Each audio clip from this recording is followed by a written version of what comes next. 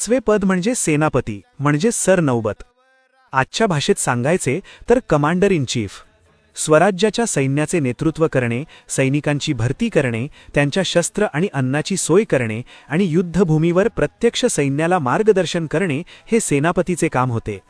स्वराज्याचा सेनापती म्हणजे वाऱ्याच्या वेगाने शत्रूवर तुटून पडणारा योद्धा. राज्याभिषेकाच्या वेळी स्वराज्याचे सेनापती होते शूरवीर हंबीरराव मोहिते.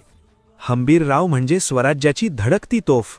त्यांच्या नेतृत्वाने स्वराज्याच्या सीमा अनेक पटींनी विस्तारल्या. सहावे पद होते सुमंत म्हणजे डबीर. आजचे फॉरेन मिनिस्टर किंवा परराष्ट्रमंत्री.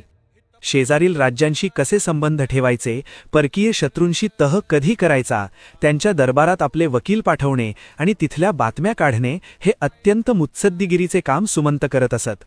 स्वराज्य भौकी मुघल, आदिलशहा, कुतुबशहा, इंग्रज, पोर्तुगीज असे अनेक शत्रू होते. त्यामुळे हे पद अत्यंत महत्त्वाचे होते. स्वराज्याचे पहिले सुमंत होते रामचंद्र त्र्यंबक डबीर. सातवे पद होते न्यायाधीश म्हणजे चीफ जस्टिस.